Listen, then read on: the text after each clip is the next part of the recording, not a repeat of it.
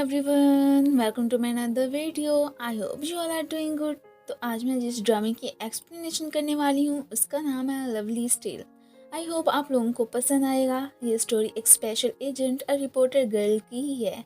Starting में हमें हमारी हीरोइन बाओशैन को कुछ लोगों से बच के भागते हुए दिखाया जाता है, जिनकी इसने सीक्रेटली फ़ोटोज़ क्लिक कर ली थी। सामने से ही हमारा हीरो लूजी भी आ रहा था। इसकी टक्कर सीधी फिर उसी से ही हो जाती है। सो अब बाओशैन कुछ और नहीं सोचता तो वो इससे इसकी फेवर मांग के फिर यहाँ पे उन लोगों से बचने के लिए से किस्से कर लेती है। सो अब वो फिर इन्हें कपल समझ के इग्नोर करते वहाँ से चलते बनते हैं। इसका स्टफ जो कि नीचे गिर चुका था, अब उसे उठाते वक्त शैन इसके हैंड पे बहते ब्लड को देख के एकदम सरप्राइज रह जाती है कि ये इसे कैसे आया। ये तो खैर फिर वहाँ से जाने ही लगा था।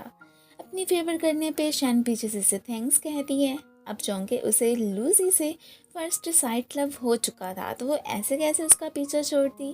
उसके पीछे छोड़े जाने वाले कार्ड से एड्रेस वगैरह का पूछ के वो उसे मेडिसिन के साथ साथ लेटर भी भेजती है, जिसमें उसने वो फ़ोटो भी सेंड की थी जो कि उस वक्त उसने जल्दी में क्लिक कर ली थी। ये उनकी पहली फ़ोटो होती है। खैर ये सब तो एक तरफ, वो खुद भी इससे मिलने यहाँ पे पहुँच आई थी। आते ही लूजी से अपनी फीलिंग्स भी कन्फेस कर लेती है और ये भी कि क्यों ना हम अपने रिलेशनशिप को आगे बढ़ाएं। पर वो उसकी बातों का कोई ख़ास जवाब नहीं देता। एक तरह से कहूँ तो बिल्कुल रूड किस्म का बंदा है। वो जब इसे गाड़ी से बचाने की कोशिश करता है तब तो दोनों ही यहाँ पे काफ़ी ज़्यादा नर्वस हो गए थे, इसलिए फ़ौरन से साइड पे भी हो जाते हैं। इसने तो लूसी को अपनी बर्थडे का बता के कल एक प्लेस पे भी आने का कह दिया था कि मैं वहाँ पे तुम्हारा वेट करूँगी। अगर तुम आ गए तो फिर मैं यही समझूंगी कि मेरी तरह तुम भी मुझसे लव करते हो। ये कह के वो तो अब फिर वहाँ से चली जाती है। अगले सीन में फिर हमें शैन को लूसी का वेट करते ही दिखाया जाता है। हालांकि काफ़ी स्नोफॉल हो रही थी फिर भी वो वहीं पे ही खड़ी होती है। थोड़ी देर के बाद जैसे ही ये वहाँ पे पहुँचता है उसे ना देख के अब तो अपसेट ही हो गया था कि इसका मतलब वो वहाँ से चली गई है। पर तभी ऊपर से छाता लेके शैन आ ही जाती है। वो शॉक। खैर यहाँ पे इससे यही पूछने लगा था कि तुम मुझसे आखिर ऐसे कैसे लव कर सकती हो सकता है जैसा तुम मुझे समझ रही हो मैं ऐसा ना हूँ बल्कि एक नंबर का झूठा हूँ। तो खैर इन सब बातों का शैन पे तो कोई असर नहीं होता। वो कहते हैं ना कि लव बिल्कुल ब्लाइंड होता है। अगला बंदा जैसा भी हो हमें उसे खूबियों और खामियों समेत ही कबूल करना होता है। मैं बस यही कहने लगी थी कि तुम चाहे जो भी हो मुझे पसंद हो। अब जल्दी में वो इसके लिए कोई भी गिफ्ट प्रिपेयर नहीं कर पाया था, सो लाइटर ही ऑन करके उसे ब्लो करने को कहता है। ये भी कर ही देती है और बस यहाँ पे दोनों ही खुश। इस शॉर्ट सी मुलाकात में दोनों एक दूसरे के लव में वाकई में बहुत आगे तक चले गए थे। आहिस्ता आहिस्ता इनके बीच की दूरियां भी ख़त्म होने लगती हैं। इसके साथ टाइम स्पेंड करके शैन तो बहुत ही ज़्यादा हैप्पी थी, मानो उसे अपनी लाइफ की सारी खुशियाँ मिल गई हों। वेल अब तो दोनों मिलकर शादी करने का भी डिसाइड कर चुके होते हैं, जो कि वो तो स्पेशली अगले दिन ही करने वाले थे। ये रेडी होके खड़ी ही थी कि तभी उसका फ्रेंड आके से बताता है कि लूजी की गाड़ी का एक्सीडेंट हो गया है और उसकी फैमिली दोस्तों का जो भी पुलिस ने पता करवाया है वो सब फेक था। ये बहुत ही परेशान हो जाती है कि ऐसे कैसे हो सकता है। यहाँ से भाग के घर जाते हुए रास्ते में बेचारी बुरी तरह गिर भी जाती है, लेकिन अभी उसे अपनी कोई परवाह ही नहीं थी। आगे से रूम में से लूजी का सारा सामान ही गायब था। ये देख के उसे तो एक और शौक लगता है, इवन के उसके साथ ली गई फ़ोटोज़ भी वहाँ पे नहीं थी।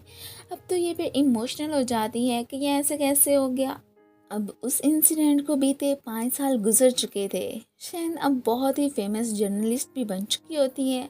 आज इस सिटी में वो एक बार में अपने काम से ही आई थी। ऐसे समझो काम तो बस लूजी की यादों को भुलाने का एक बहाना था। वो माफिया के लोगों को ड्रिंक पीने का कह के एविडेंसेस इकट्ठे करने लगती है। तभी ऊपर से वो लेडी भी आ चुकी थी जिसका इसने बैग चुराया था। ये सभी अब उसके पीछे ही पड़ जाते हैं। उन्हें इस पे शक हो गया था। आज भी बचने के लिए वो एक पर्सन का सहारा लेने का सोचती है, पर आगे से लूजी की ही शक्ल वाले हैंडसम से बॉय को देख के एकदम शॉक ही रह जाती है। यूँ मानो कि जैसे उसके सारे गम फिर से ताज़ा हो गए हों। वो भी सिचुएशन को जानते हुए शैन को अपनी तरफ करके किस कर लेता है। अब यहाँ सभी उसे मास्टर शाओ के नाम से ही जानते हैं, सो उन्हें डिस्टर्ब करने का सोचते ही नहीं कि लगता है आज वो किसी और लड़की के साथ है। ये उसे लेके बाहर ही आ गया था। अब शैन उसे हक कर लेती है कि लूसी, तुम इतने अरसे से कहाँ पे थे? मैं जानती हूँ तुम मरे नहीं, बल्कि तुम्हारी बस याददाश्त चली गई होनी है। पर ये उससे कहता है कि कैसी बातें कर रही हो, कौन लूसी? मैं तो शाओ हूँ। पर तभी कुछ गर्ल्स इसे शाओ शाओ पुकारती भी आ ही जाती हैं। ये साहब तो एक नंबर के प्ले बॉय थे, सो उनके साथ वहाँ से चले जाते हैं। ये हैरान कि ऐसे कैसे हो सकता है, ज़रूर यही लूजी ही है। बस ये अपनी सारी मेमोरीज को भूल चुका है। इसने अपने एक फ्रेंड से कहकर शाओ का पता चला लिया था। अब यहाँ पे उसे मालूम हो जाता है कि वो तो एक बहुत ही बड़ा बिजनेसमैन है, और साथ ही साथ शाओ फैमिली का यंग मास्टर भी, जो कि अब्रॉड से अभी अभी ही वापस आया है। स्पेशली एक नंबर का प्ले बॉय है। इसे यकीन नहीं आता। अगले दिन जैसे ही मेड बन के उसके घर जाने लगती है, असिस्टेंट साहब इसे पकड़ लेते हैं कि हाँ जी मैडम, आप कहाँ पे जा रही हैं? इसी दौरान शाह साहब तो फिर वहाँ से निकलने ही लगे थे। ये अब फिर टैक्सी में ही बैठ के उसे फॉलो करने लगती है कि आज तो मैं पता चला के ही रहूँगी कि ये शाओ है या लूजी।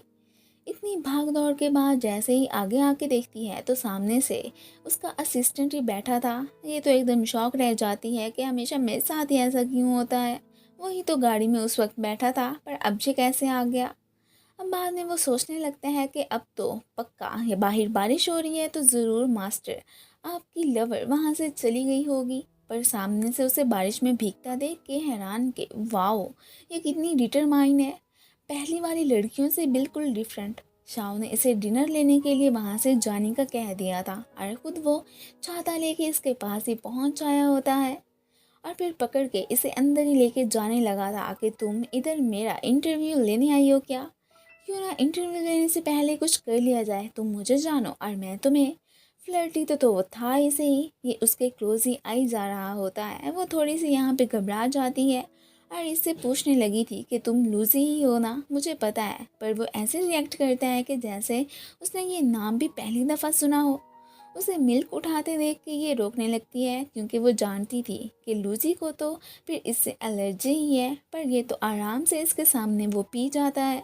अब ये उसके शोल्डर पे फिर बर्थ मार्क ही देखने लगती है, जो कि उसने लूसी के ऊपर पहले देखा था। अब वहाँ पे भी कुछ नहीं होता। ये हैरान। अब ये साहब तो उससे बदतमीजी करने की कोई भी कसर नहीं छोड़ते। तो आप गुस्सा के वाकई में तुम लूसी जैसे बिल्कुल नहीं हो सकते। शक्लें चाहे मिलती हों, पर किरदार बिल्कुल डिफरेंट है। उसके जाते ही पीछे से फिर शाओ की हालत ख़राब होने लगती है।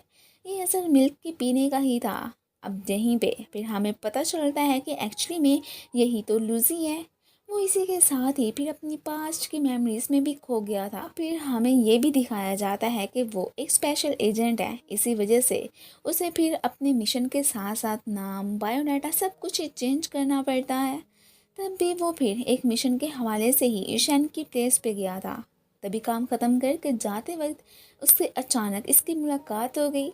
सिर्फ शैन को ही नहीं, बल्कि इसे भी उससे लव हो ही गया था। अब बाद में जब उसने इसे अपनी बर्थडे में आने का कहा था, तो तब वो इसकी फ़िक्र करते हुए फ़ौरन से फिर वहाँ से उसके पास चला गया था।